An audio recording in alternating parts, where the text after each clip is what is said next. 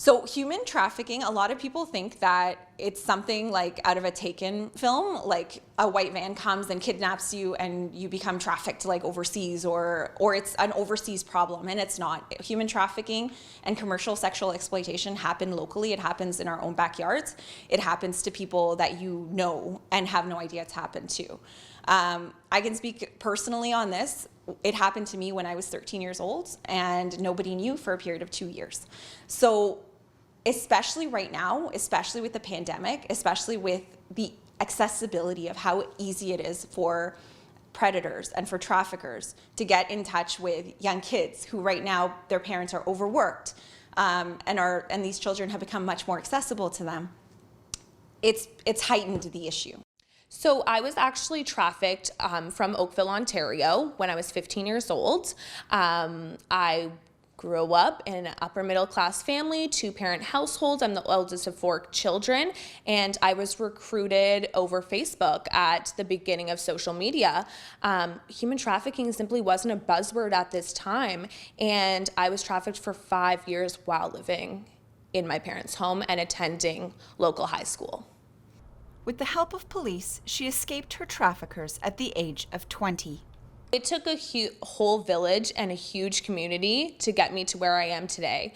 But I was actually able to escape exploitation, and I ended up directly back in the sex trade because there were no services like this, what we're trying to open here at Restorations, available back then when I was 20 years old. There was also a huge lack of awareness about human trafficking and what that looked like.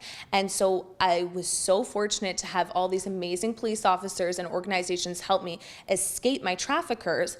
But I was left with no healing and all my trauma that I had incurred on top of the trauma I already had that led me to being trafficked in the first place.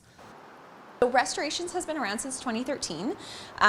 We have been hard at work at getting our first home up and ready. In the meantime, we have actually been operating our peer support program. We provide different tiers. So our first tier of programming is called the Peer Support Program. It's survivor-led. Myself and a fellow survivor as well, we lead the program. We offer one-to-one support as well as group supports and leadership and training opportunities for victims of human trafficking and commercial sexual exploitation. The second tier of our program is the transitional home. We'll be operating the first second stage transitional home for survivors. This is Nancy's house. It has been a work in progress for a few years. This house was provided to us for our purposes. There really are no second stage transitional homes in this area. And there's not a lot all over the province. Like, there's a handful of them. There's a lot of first stage homes, and survivors really need access to like supportive care and like a safe place to heal in their journeys. So that's why we've identified that there is a gap, there is a need. That's why this house was created, to fill that period of time for survivors to have up to 2 years to heal before they go into independent living.